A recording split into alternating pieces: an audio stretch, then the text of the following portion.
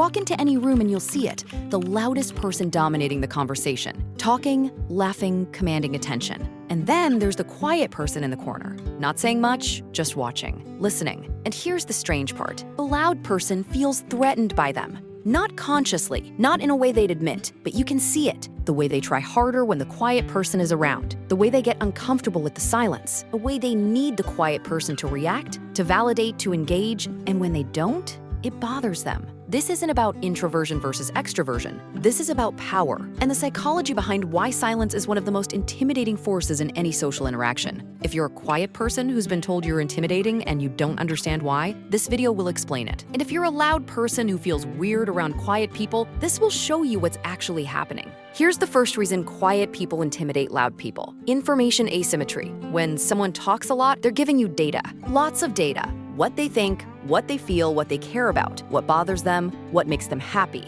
Every sentence is information you can use to understand them, predict them, or if you wanted to, manipulate them. But the quiet person, they're not giving you anything. They're just taking in information, watching, listening, learning. And that creates a massive imbalance. You know them, they know you, but you don't know them. And human beings are deeply uncomfortable with that asymmetry. We feel safe when we understand the people around us, when we can predict their reactions, when we know what they want. But a quiet person doesn't let you in, not easily. So your brain registers them as unpredictable, and unpredictable equals potential threat. A loud person is an open book. Easy to read, easy to understand, easy to dismiss once you figure them out. But the quiet person, they're a locked box, and your brain doesn't like locked boxes. It wants to know what's inside, and when it can't figure it out, it creates anxiety. The loud person fills that anxiety by talking more, by performing, by trying to get a reaction. Anything to break the silence and force the quiet person to reveal something. But the quiet person doesn't break, and that refusal to engage on the loud person's terms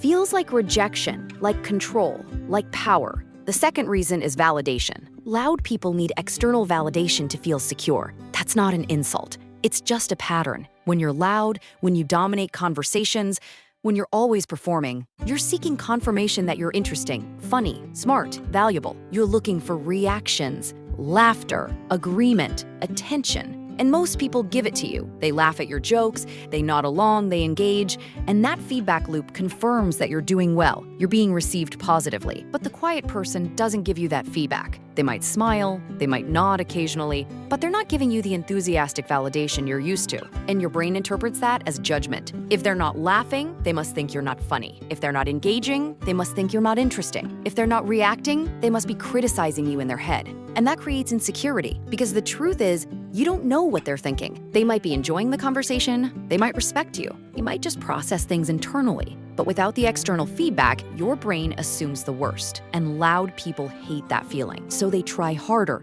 they talk more, they perform bigger, trying to get the quiet person to react, to validate them, to confirm that they're okay. But the more they try, the more desperate it feels. And the quiet person, by simply existing without performing, exposes that desperation. And that's uncomfortable. The third reason quiet people intimidate loud people is the observer effect. When someone is quiet in a group, they become the audience. And being watched changes how you behave. Think about it. When you're in a room full of people all talking and engaging, you're part of the energy. You're not thinking about how you look. You're just being. But when there's one person sitting back, just watching, suddenly you're aware of yourself. You're aware that someone is observing you without participating. And that observation feels like judgment, even if it's not. Even if the quiet person is just enjoying the conversation from a distance, the loud person feels seen. And not in a good way. They start questioning themselves. Am I talking too much? Do I sound stupid? Are they judging me? And those thoughts create self-consciousness, which creates discomfort, which gets projected onto the quiet person. It's not the quiet person doing anything wrong. It's the loud person becoming aware of their own behavior under observation. And instead of sitting with that discomfort, they blame the observer. You're too quiet. You're making this awkward. Why don't you talk more? When the real issue is that the loud person can't handle being seen without constant validation that they're being seen positively. Fourth reason is that silence is a power move. And loud people know it. In any negotiation, the person who speaks first loses leverage. In any conflict, the person who stays calm while the other person escalates holds the power. In any social interaction, the person who is comfortable with silence controls the pace. Quiet people are comfortable with silence. They don't need to fill every gap. They don't need to perform. They can sit in a room and just be. And that comfort is threatening because loud people can't do that. Silence makes them anxious. They feel pressure to fill it, to keep things moving, to keep the energy up. And that need puts them in a reactive position. The quiet person sets the pace. The loud person responds to it. And that dynamic shift, even if it's subtle, is a loss of control. Loud people are used to controlling the room. They're used to being the center. They're used to dictating the energy. But a quiet person doesn't follow that script. They don't react on command. They don't give the loud person the floor just because they're loud. And that refusal to participate in the loud person's framework feels like resistance, like a challenge, like someone who doesn't respect their social dominance. And loud people don't like that. The fifth reason is perceived depth. Rightly or wrongly, quiet people are often perceived as deeper, more thoughtful, more observant. People assume that if someone doesn't talk much, it's because they're thinking more, processing more, seeing things others miss. And whether or not that's true in every case, the perception exists, and that perception threatens loud people, because loud people are often dismissed as superficial. Not always fair, but it happens. They're seen as performers, entertainers, people who talk a lot but don't say much. And when a quiet person is in the room, that contrast becomes obvious. The loud person is filling space with words. The quiet person is choosing their words carefully. And even if the quiet person isn't judging, the loud person feels judged. They feel like the quiet person sees through them, sees the insecurity underneath. And that possibility is terrifying. So they either try to force the quiet person to talk, to bring them down to the same level of surface-level chatter, or they dismiss the quiet person entirely. They're boring. They're stuck up. They think they're too good to talk, when really, the quiet person is just being themselves. And that authenticity, that lack of performance, exposes the loud person's mask. And nobody likes having their mask pulled off. Here's the deeper truth. Loud people need engagement to feel in control. They need the room to respond to them, to laugh, to listen, participate in the energy they're creating. But quiet people don't need that. They're fine observing, fine listening, fine being on the sidelines. And that independence is what really intimidates loud people, because it means the quiet person doesn't need them. The loud person's value in a social setting comes from their ability to entertain, engage, and command attention. But if someone in the room doesn't need that, doesn't want that, doesn't respond to that, then the loud person loses their function. And that's a threat to their identity. They're used to being necessary, the life of the party, the center of attention, the one who makes things fun. But the quiet person is fine without them. And that rejection, even if it's not intentional, feels personal. So the loud person tries to pull the quiet person in. Why are you so quiet? Come on, say something. Don't just sit there. They frame it as trying to include the quiet person. But really, they're trying to regain control. They're trying to make the quiet person need them, respond to them, validate their role in the group. And when the quiet person doesn't comply, the intimidation intensifies. Here's what makes this dynamic even more complicated. Most of the time, the quiet person isn't trying to intimidate anyone. They're not sitting in judgment.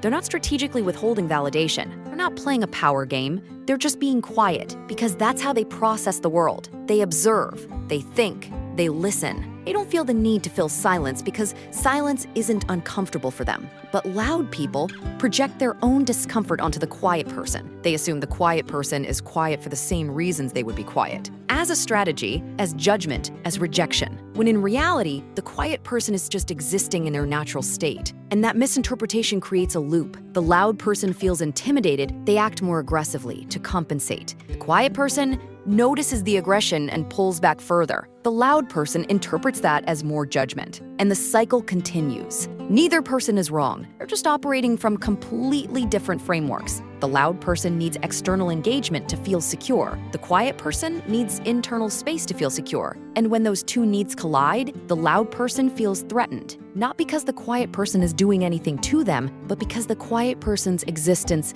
challenges the loud person's entire approach to social interaction. Here's the truth both sides need to understand. Quiet people aren't inherently more powerful than loud people, and loud people aren't inherently more insecure than quiet people. These are just different styles of navigating the world. But in social dynamics, silence does hold a specific kind of power, the power of mystery. the power of non-reaction, the power of letting others fill the space while you observe. And if you're a quiet person, you might not even realize you have that power. You're not trying to intimidate anyone. You're just being yourself. But your presence, your lack of performance, your comfort with silence creates a dynamic that loud people find destabilizing. And if you're a loud person, the discomfort you feel around quiet people isn't about them. It's about you. It's about your need for validation, your discomfort with silence, your fear of being observed without controlling how you're perceived. The quiet person isn't judging you. They're just not performing for you. And if that feels like a threat, that's something to examine. At the end of the day, loud and quiet are just different expressions of the same need: connection. Loud people connect by engaging. Quiet people connect by observing. Neither is better, neither is worse. But the friction happens when loud people expect quiet people to engage on their terms. And when they don't, it feels like rejection. If you're loud, understand this: quiet people aren't your enemy. They're not sitting in judgment. They're not trying to intimidate you. They're just being themselves. And if their quietness makes you uncomfortable, that's your work to do, not theirs. And if you're quiet, understand this: you